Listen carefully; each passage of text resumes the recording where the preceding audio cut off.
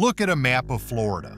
Ships traveling from the Atlantic to the Gulf of Mexico have a problem. Florida is in the way. Not metaphorically, literally. The entire peninsula juts south into the ocean, forcing every vessel to sail hundreds of miles around it. So the United States government came up with a solution. Build a canal straight through Florida. Not around it, through it. They started digging. They built locks, they built dams, they flooded ancient forests and rerouted rivers. And by the time they stopped, around $75 million had been spent. There was just one problem. The canal never crossed Florida. Now you might think this is just a quirky story about a government project that didn't work out, a bureaucratic mistake buried somewhere in 20th century history. But that's not the whole story, because the Cross Florida Barge Canal wasn't just a failed infrastructure project, it was a window into how America makes decisions, how it weighs economic logic against environmental reality, how it justifies massive public spending through national security arguments, and how the wreckage of a half-finished idea can still shape a landscape decades after the shovels stopped. Right now, in 2026, the debate over what to do with the canal's remains, the dams, the reservoir, the severed rivers, is still very much alive. There's a $70 million plan on the table in Florida to finish what nature wants to do anyway. It just got killed in the state Senate. This story isn't over. The standard version of this story goes something like this. The government wanted to build a canal. Environmental activists stopped it. Nixon canceled it. Florida was saved, clean ending, good guys won. That's the headline version. And it's not wrong, but it misses the deeper machinery at work, because the canal wasn't the product of reckless government or short-sighted planning. At every moment in its history, there were serious, credible people, engineers, economists, military strategists, who believed this was exactly the right thing to do. The idea of cutting a canal across Florida goes back to the Spanish colonial period. For centuries, sailors knew the truth. Going around Florida was dangerous. Storms, unpredictable currents, shallow waters, pirates. The Florida Straits were a maritime graveyard. An inland shortcut would change everything. So when the modern version of the project was revived with full federal support in the 1960s, it wasn't a fringe idea. It was the culmination of more than 400 years of strategic logic. The question nobody asked was this: what if that logic had simply run out of time? Here's what they're not telling you about the canal. This wasn't a project that failed because the government was incompetent.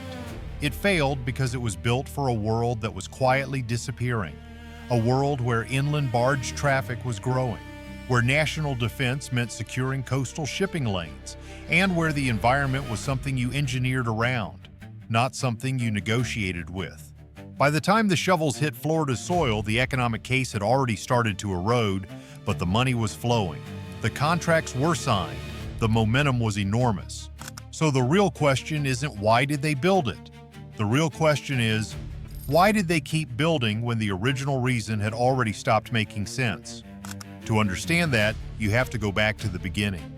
Florida occupies one of the most strategically awkward positions on the North American map. A 400-mile obstacle between two major bodies of water, the Atlantic on one side, the Gulf of Mexico on the other. And the only way through, for centuries, was around. The Spanish were the first to seriously consider cutting through.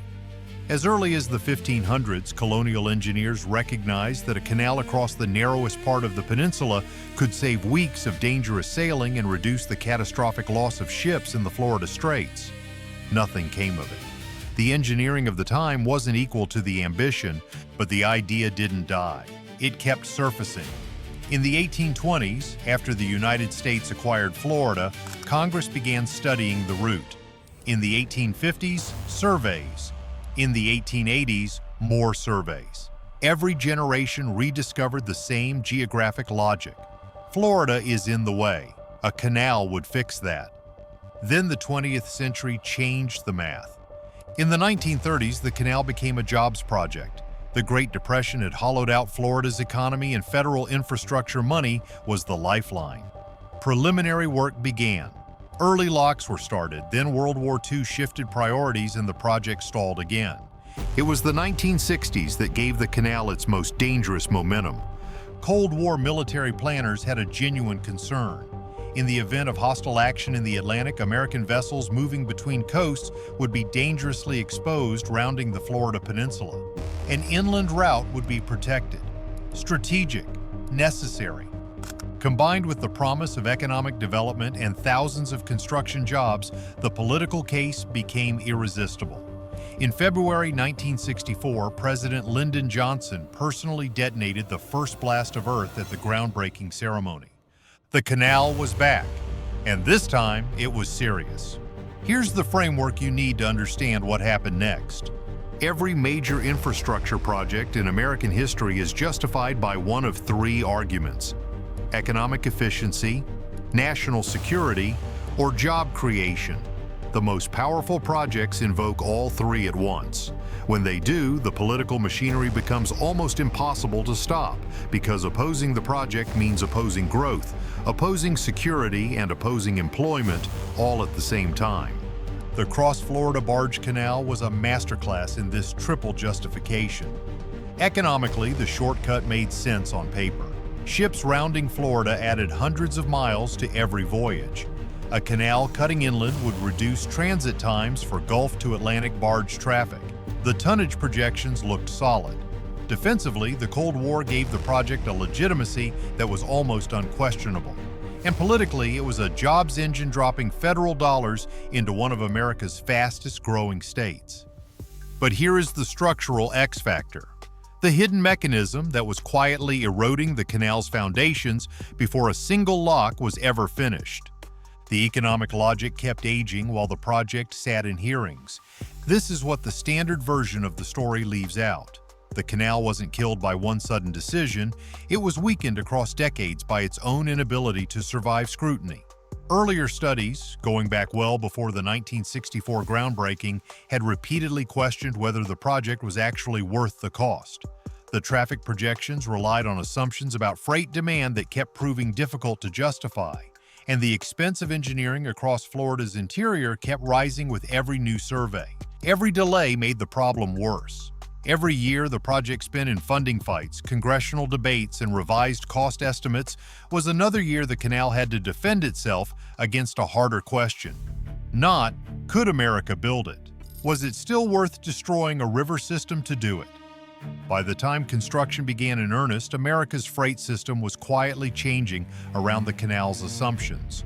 Road and rail infrastructure was expanding. The environmental movement was rising and gaining real legal and political teeth. And the canal's projected benefits, always modest for a shallow draft barge route, now had to survive a level of public scrutiny they were never designed to face. Florida State Parks notes that earlier studies had repeatedly found the project too expensive or too difficult to justify. And when environmental opposition intensified in the late 1960s, it was amplified by those same long-standing complaints about cost and usefulness. The two arguments merged into one. The canal was environmentally destructive, and it was no longer clearly worth it. That combination was fatal. Not because environmentalists were louder than engineers, but because the economic case had been quietly hollowing out for years, and nobody had been willing to say it plainly while the money was still flowing. By the time construction was in full swing, the project had already begun to physically transform Florida in ways that went far beyond a simple channel. The planned route cut across the state, from the Gulf Coast near Yankeetown, east through central Florida, connecting to the St. Johns River system. To make it work, engineers had to manage significant elevation changes. Central Florida doesn't sit flat. They needed locks, dams, and reservoirs to staircase vessels up and over the terrain. The most consequential decision was what happened to the Ocklawaha River. The Ocklawaha was one of Florida's most pristine river systems, a slow, dark, cypress-lined waterway running through the heart of the Ocala National Forest. To create the holding reservoir, the canal required engineers dammed it. The resulting Rodman Reservoir submerged thousands of acres of ancient forest. More than 20 natural springs, some of the most biodiverse ecosystems in North America, were drowned under the rising water. Fish migration patterns were severed. An ecosystem that had existed for thousands of years was gone within months. You could stand at the edge of the new reservoir and see the tops of cypress trees poking above the waterline. the ghost of a forest that used to exist. And the canal kept moving. Locks were completed. Right-of-way land was cleared across the entire corridor. Contracts were running. The Army Corps of Engineers was fully committed. Then Marjorie Carr arrived. Carr was a Florida naturalist and biologist who understood precisely what was being lost.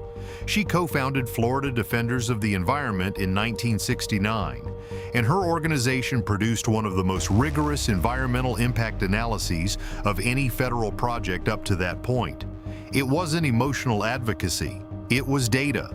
Species counts, hydrological modeling, economic projections showing that the canal's actual traffic benefits were dramatically smaller than claimed.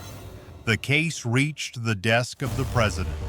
On January 19, 1971, Richard Nixon issued an executive order halting construction of the Cross Florida Barge Canal, citing the need to prevent what he called potentially serious environmental damages. It was one of the first times in American history that a major federal infrastructure project had been stopped on environmental grounds. The canal was 28% complete. Approximately $75 million had been spent. The shortcut to nowhere was officially nowhere. So what happens to $75 million worth of half-built infrastructure sitting in the middle of Florida? There were three paths forward. The first was completion. Canal advocates didn't give up immediately. For years after Nixon's halt, supporters lobbied Congress to resume construction. The economic and defense arguments were dusted off.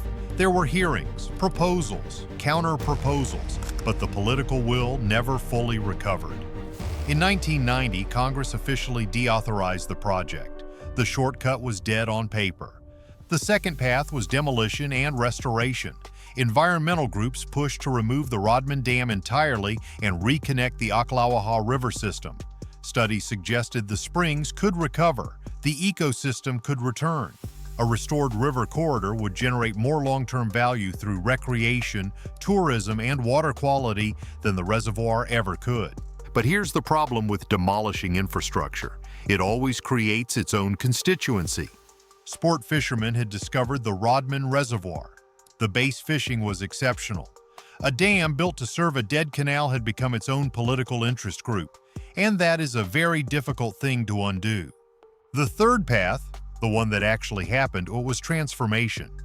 The entire corridor of cleared, acquired, and partially built land was converted into something no one had originally planned: a linear conservation greenway. The Marjorie Carr Cross Florida Greenway now runs the full length of the original canal route, 110 miles of trails, parks, paddling paths, and protected land. Named with a certain historical justice after the woman who helped stop the canal from being finished. A transportation megaproject became a conservation corridor. Here's what should reframe everything you just heard. The Cross Florida Barge Canal wasn't a failure of imagination. It wasn't a failure of engineering. It wasn't even really a failure of government. It was a failure of timing. Every argument made for the canal was legitimate. At the moment it was made. The Spanish navigators were right that the Florida Straits were dangerous. The military planners were right that inland waterways offered strategic protection. The Depression-era advocates were right that federal infrastructure spending creates real economic activity. The problem is that each of those arguments peaked at the exact moment the canal was being delayed, studied, debated, and postponed. By the time the federal government fully committed, the window had already closed. The freight economics had weakened, the Cold War calculus was shifting, and the environmental cost, of which earlier generations simply didn't account for, had become a visible, measurable, undeniable reality in the form of drowned forests and severed springs. The canal didn't fail because people made bad decisions. It failed because large infrastructure commitments take so long in democracies that by the time they are fully executed, the world that needed them has moved on. And the damage doesn't move on with it. In 2026, the Rodman Dam still stands. The Ocklawaha River still runs truncated behind it. Advocates recently pushed a $70 million plan, roughly the same amount spent building the canal in the first place, to remove the dam, reconnect the river systems, and return to the land what was taken from it. The bill failed in the Florida Senate, so America spent $75 million building something that was never finished. And now it cannot agree on spending $70 million to undo it.